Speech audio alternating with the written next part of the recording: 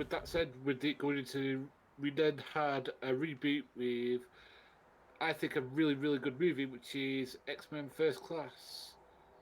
With that, I will go to myself, and I'll say, do you know what? I think this is the best X-Men movie so far, out of the ones we've talked about, because it goes back to Logan's not in it for a start. Don't remember. And it He deals had with one the small scene in it. yeah, it's a genesis of the X Men and where they come from, and you get to see why Xavier and Magneto are friends. That they are much similar than you like to think. You know, they have similar ideals, just like uh, Magneto's backstory has pushed him into one mindset, and Xavier doesn't come from that backstory, and I just love it. I just love the fact that I love Jennifer. What's her face? As Garner Jennifer or Lawrence, sorry, Lawrence, Jennifer yeah. Lawrence, sorry, yeah, as Mystique. I love um, the only bad point, and I say the only bad point has got to be Jerry Jones. No, she's a very attractive lady. Yeah. Don't get me wrong, I forgot. but all she does is one part of it is she like sends herself into diamonds, and there's one part where she like psychically convinces a guy that he's feeling her tits. That's it. Now the thing is that like the backstories on this film are amazing. Like you hear about what happened on the backstory, the set of this is just unbelievable. But say that the movie itself is great, and this is the first Guggenheim instance for me. With that, I'll because I went to Zam last time, I'll go to Cousin Cheeto this time. Um, I 100% agree with you. This is one. I'll say one of. It's not the best. It is one of the best. First or second of my favorites. I when I first saw like the previews for this movie, like even the this is back when like not trailer art. What is it like the production art started coming Yeah, out? yeah, yeah, Yeah, like this is back when the internet started to boom with like production art and like trailer images and stuff like that before the actual trailers came out. And I saw this lineup and I'm like, what the hell are they doing? Like, God, they're gonna fuck up the Fox universe even more. I walked out of this movie going, "Oh my God!" This is the movie that I swear to God, this is the movie that made me start saying, "I really think I need to shut my mouth until I see it." Like, I was very vocal that this was going to be garbage, and I ate that horse shit so hard after it came out. And I'll admit it, I was like, that is the moment that I was like, I love this movie so much. Magneto and McAvoy and Fassbender as Magneto and Xavier. You can't find a better pair of actors outside of McKellen and Patrick Stewart. I don't care if one doesn't look like the other. Holy shit, that was great. I think this does start a little bit of a problem with the decade skipping. I think there is an issue there, but that's what we can get into in future movies. But oh my god, no, I could talk like the part where Fassbender's amazing. You believe him in so many different parts that he is just a effed up individual, and now you kind of get Magneto. When he and then you see the the relationship between uh Xavier and Magneto. It's like, the whole thing just with that stupid satellite dish. Like there was so much in that scene that just, oh my god, these two actors, I could go on for ages. I got chills right now just thinking about it. The end scene on the beach was good for a couple characters. I don't think it was good for everybody. This was good. I like Jennifer Lawrence in this one because she hadn't yet started phoning it in. Um, I'm trying to think. I mean, yeah, there's just Kevin Bacon was really good in it. Kevin Bacon. Oh yeah, Kevin Bacon was an amazing Sebastian. That's another thing. I was like, that guy looks nothing like Sebastian. Or what is this? It's not Sebastian Stan. What is it? Sebastian. Something else. Yeah, I don't remember his name now. Now all I have is Sebastian Stan because of Winter Soldier on my brain. But Sebastian Shaw maybe. I don't remember. But anyway, so I'm like, that guy looks nothing like him. And he was so great. Like, God, I ate so much horseshit after this movie because I kept on talking and talking and talking like I am right now. And I just kept having to eat that shit with a big ass spoon after I was done watching it. And so I would put this a god amongst insects, in my opinion. I wouldn't settle. And Havoc, I thought it was so stupid. I'm like, why is Havoc in here? And he's supposed to be the younger brother By the time we got to that whole point, I was like, I didn't care. And they even explained it in later movies. Like, okay, in this universe, Havoc is older than Scott. Okay, whatever. Who cares? So, Okay, I will go to Zam. What do you think of this? Okay, first of all, I want the one thing I did not like about this film, really bugs me to this day, is Mystique being fucking Xavier's sister. I hated that. That did not work for me not at all. biological. You mean just like adoptive, right? Yeah, yeah, of course, obviously, but like you never saw any hints of that in the previous Check. films. Check. Oh, Yeah, you so can shit like still that hear pisses me. me off because that's terrible retconning, as far as I'm concerned. I did. Now, I said regarding Wolverine that had one of the best opening scenes in the film, but the first X-Men movie with young fucking Magneto, young Eric, whole like putting his hand out, trying to stop on the fence, and the fence is bending and shit. That was an amazing opening scene, yeah, too. And to see that expanded upon in this film was amazing, yeah. And you saw him, it was almost like him being a fucking Sith Lord, and like when he gets angry or all shit starts vibrating and stuff. It was pretty cool. But then to see him when he's older to go around the planet killing Nazis. It was great. It was great. You're rooting for this horrible man who is going to be a horrible human being, and but nevertheless, he right now at his young age, he's killing fucking Nazis. So yeah, all good for him. Yeah, Also, him pulling that submarine out of the water. Like, I don't, yeah, I remember it being different in the movie, but in the trailers, that moment, like when I saw him pulling that submarine out of the water, they did. I don't. I'd have to go back and watch the trailer for it, but it was such a beautiful moment where they're yeah. just like he's pulling it, like he's like, I've never lifted anything that big, and he just did it, and it's just like, there's so much going on in this movie that I love so much. Um, it felt very old school James Bondy at times. It had that spy espionage vibe about it from that period, obviously with the Cuban Missile Crisis and all of that, which is pretty cool. Um, some of the mutants on the bad guy side were interesting. I don't know if that person was Nightcrawler's dad, which was interesting. You're right about January Jones. Yeah, awful, absolutely fucking awful. Kevin Bacon was good in it. I did not like them paralyzing Xavier in this film. It should have been done a lot later, but they were worried maybe they weren't going to get a fucking sequel after this, so they paralyzed him now, wondering, when's he going to get paralyzed? They should have left that a little bit later. That really bugged me. Actually, that's one of the things that really bugged me about this film. Them paralyzing him so fucking early in his life, man. You know what I mean? I do Um, remember that. Like, I do remember being really miffed about that when I'm like, why would they do that now? Why wouldn't they save that for like the third movie? yeah, Because he's exactly. just walking in the next movie anyway.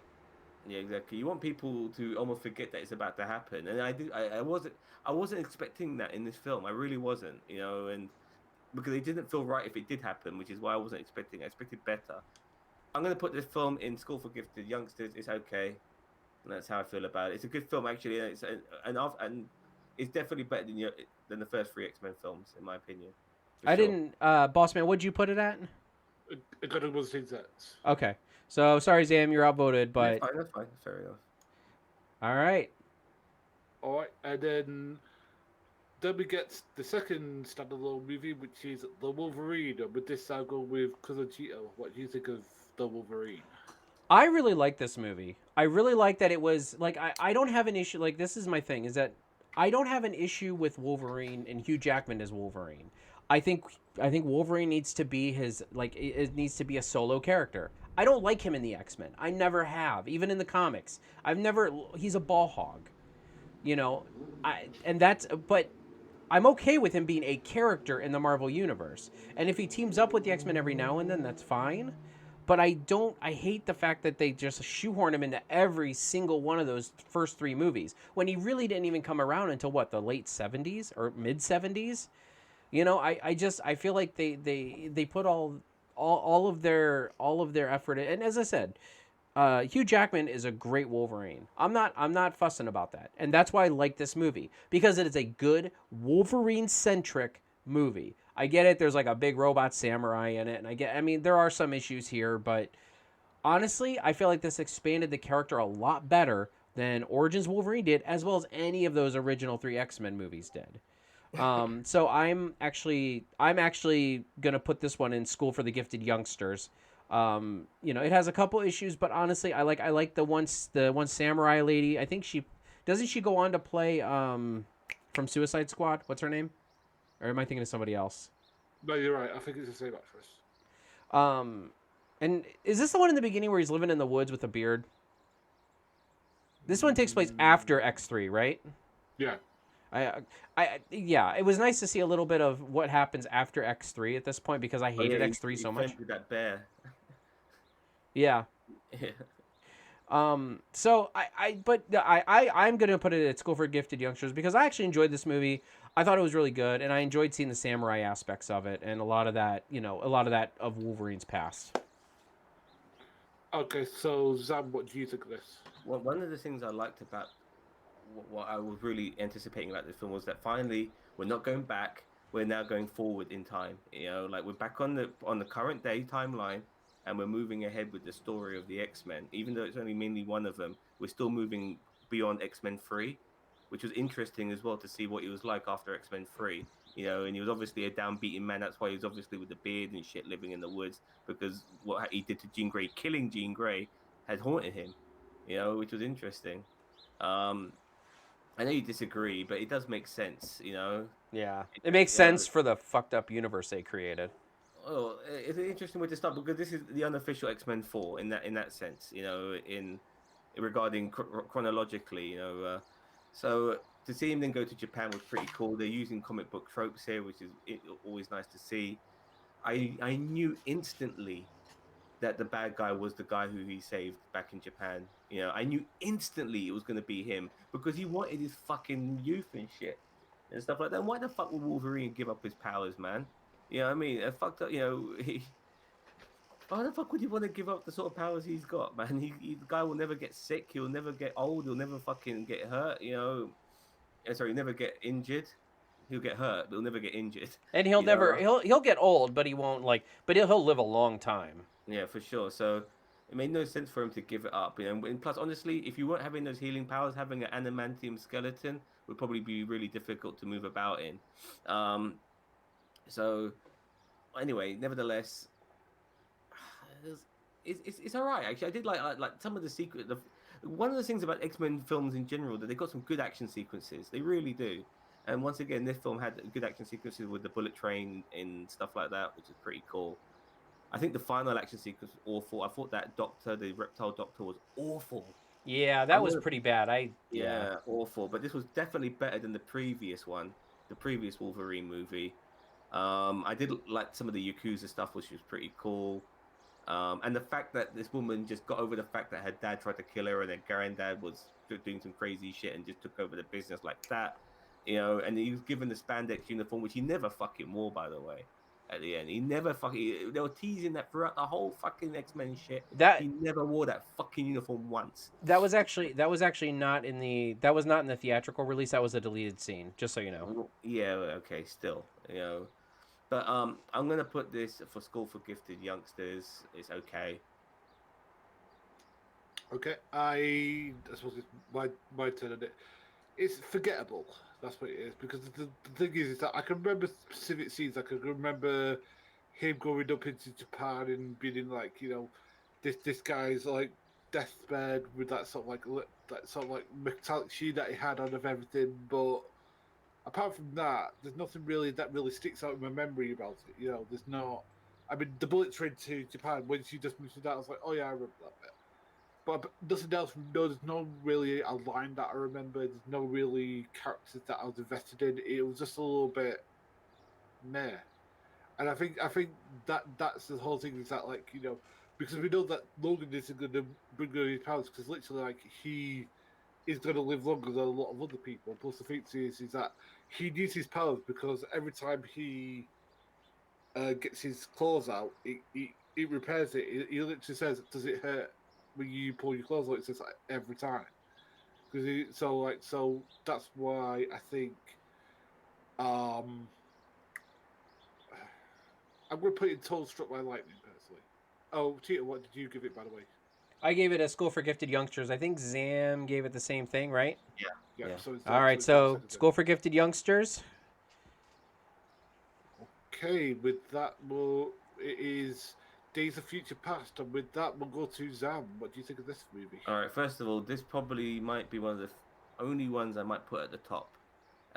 God Among Insects. This is a very, very enjoyable film, and I appreciate how they tried to fill in a lot of the gaps regarding the story arcs now, because we are getting this film is getting closer to the timeline, the current timeline, or like the X-Men, the first film. We're getting closer, and so some things have to start making sense now.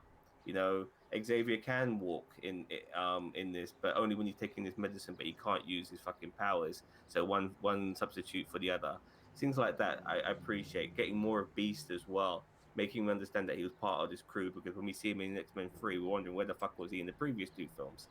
Um, so all of these things are coming into play a little bit, and then at the same time, with the time travel and stuff like that, it's it's it's really cool to see what they're doing here. They're trying to merge things and go a different direction. They're doing a Kelvin universe sort of shit going on here.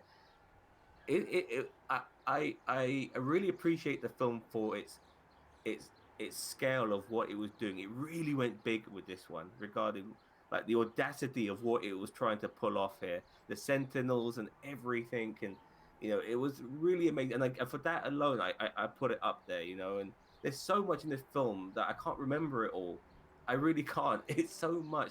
Oh yes, we got fucking Peter Dinklage as well. We got the Mystique, trying to stop her from doing something bad, so that, and then obviously she ends up. I never appreciated Mystique ever being an X-Men, by the way, but the fact that she doesn't go down an evil path and stuff like that by killing what's his face, Bolivar Task. Mm-hmm. Yeah. I think she should have killed him. Yeah. But nevertheless, it was amazing. I think the only bad thing about this to a degree was how Fassbender was to a little bit. I don't think he was. I mean, I think as the films progressed now after this, if you think about it, Fassbender's way he's been operated and used got worse and worse with each fucking movie. But nevertheless, this was a very audacious film, and for that reason, I put it as God Amongst Insects. Well done for trying a massive, and they got everything. They got Wolverine, all in there with the new school and the old school. It was incredible what they were doing. Incredible. Okay, I'll do. I think this is an incredible movie.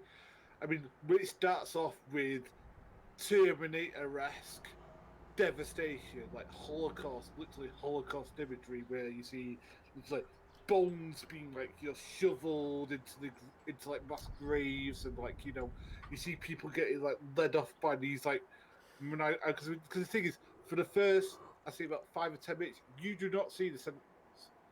They talk about them like they said they're all like speaking like hushed and stuff like that. And it's only when like you say, oh, they're coming, and literally you see like the top of that, like you just and the first one comes through. It's just like it is something like out of a horror movie, because like these things aren't colourful or whatever. They're like black, sort of like metallic and stuff like that, and like and and then you find out why. So it's like these things are not only programmed to hunt mutants, but also to hunt the mutant gene that are in human beings. So if you're gonna have a baby and that's gonna have a mutant, Yeah, it's put that. fucked.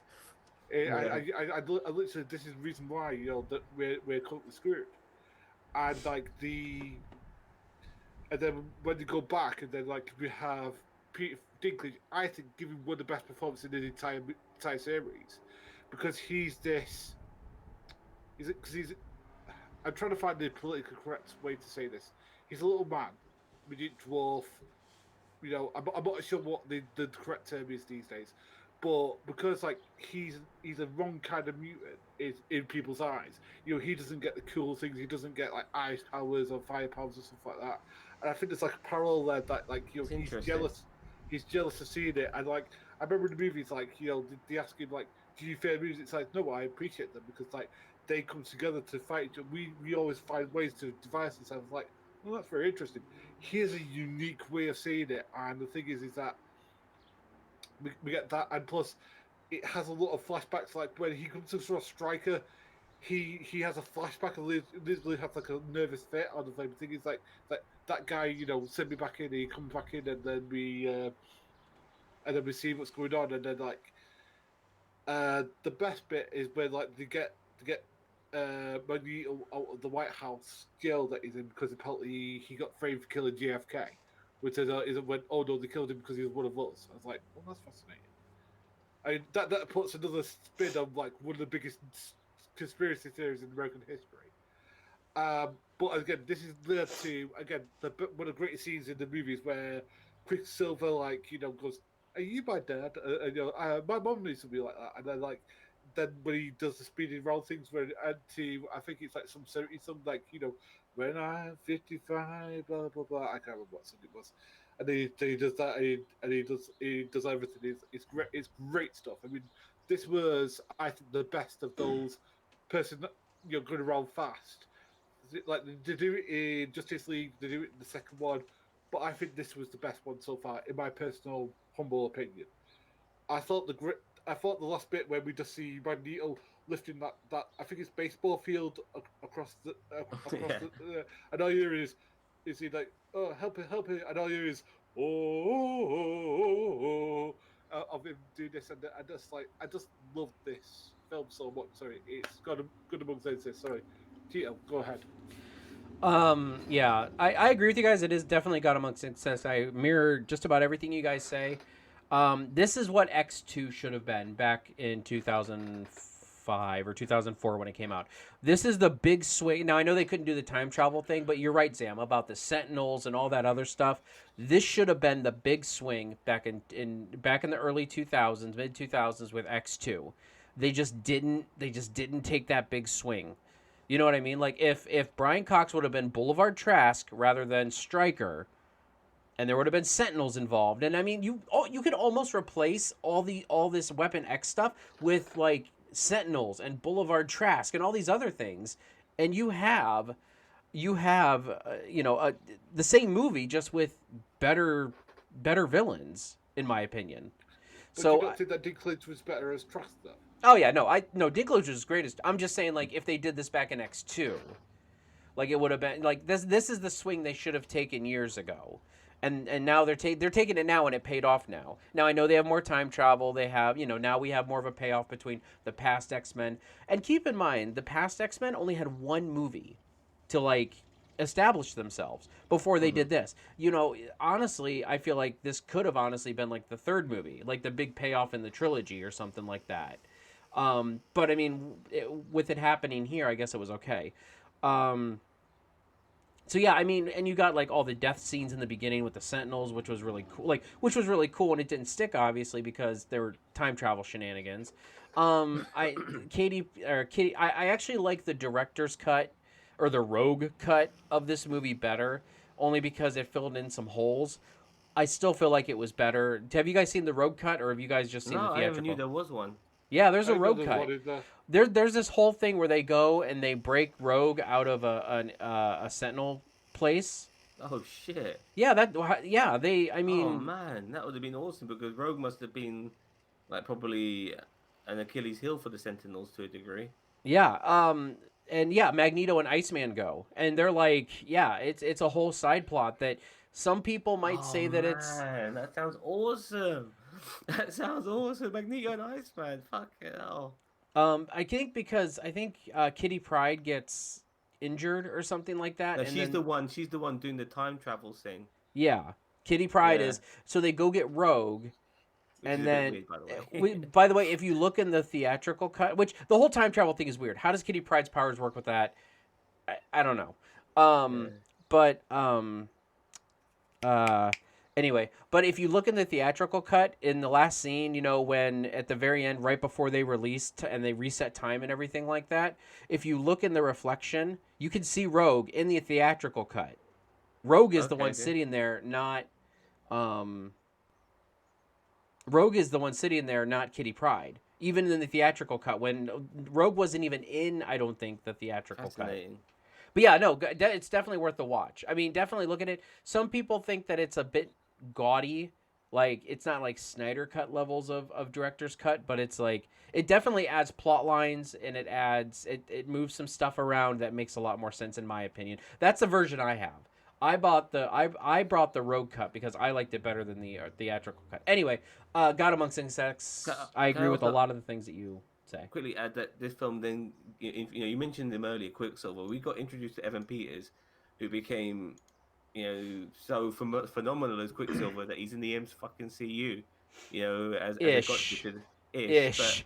it was pretty cool to see that to that, Yeah. from so, but the fact that he left, he was honestly one of the best things to come out of the new era of X-Men. Was Evan Peters, in my opinion, probably the best thing.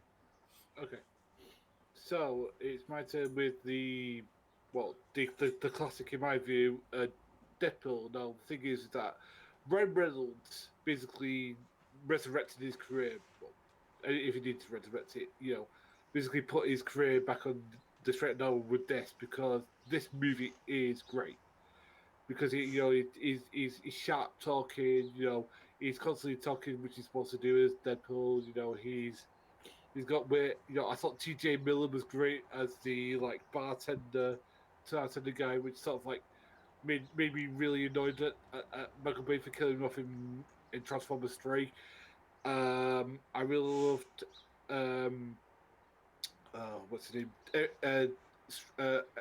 What's his name though? The guy who plays Ajax, the villain. The fact that and it's Gina Carano's his like little friend and we do get the X-Men, but it's a C-level X-Men. We get Colossus and we get the new one who's this like Thunder chick.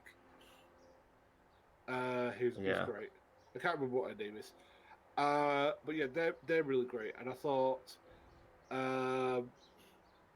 it was really good. And I think it's what's her name? Miranda Baccaran is she's all right. As I said, she's a little bit just like she's more she's wallpaper, but she's pretty nice to look at wallpaper. That's it really. I mean, what I mean with Cheeto, just with that eyebrow, is that she's not really a character. She just is there just to be there. But apart from that, as I said, for me, as a skill for gifted youngsters, it would be God Amongst Insects, but there are a few parts of it that I don't think quite hold up. So, Cheeto, what do you think? Um, this you're right. This resurrected Ryan Reynolds' career. It literally because what was he doing before Deadpool? I mean, he was doing little movies. He was doing things here and there. He wasn't doing anything. He did Green Lantern for God's sake. Like, I mean, no. I really did like this movie. I feel like that it had a breath of fresh air into a franchise that needed it at that point. And although moving forward may not have taken that breath of fresh air, but it still definitely did a good job at it was a really good movie. Standalone, it was a really good movie. And I like the fact that it was low budget. I love the fact that they had little to work with and they made it work. And and what we'll see in the sequel is that sometimes having this huge massive budget doesn't make a better movie. It actually makes it a little more gaudy, for lack of a better term. I'm gonna put this movie a God Amongst Insects only because I did really enjoy it. I laughed through the whole thing. I feel like it was as I said, a breath of fresh air, and I really enjoyed it. I've always loved Deadpool, and I don't know. Go ahead, Sam. It goes up. Um, Funny enough, I like this film. I don't love this film. I'm one of the few people that I didn't find all the humor to work for me. I don't mind shocking humor. I don't mind grotesque humor, but if you're gonna do that, then make it smart. And I didn't think it was smart all the time. It was just like shocking for the sake of shocking, and that doesn't work for me. Like, all right, you're trying to be shocking for the sake of shocking. I don't find that funny.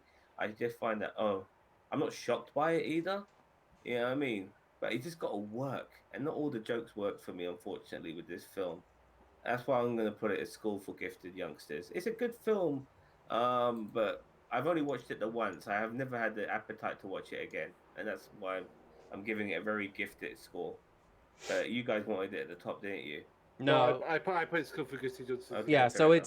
so it sets at the School for the Gifted Youngsters. Right, and then the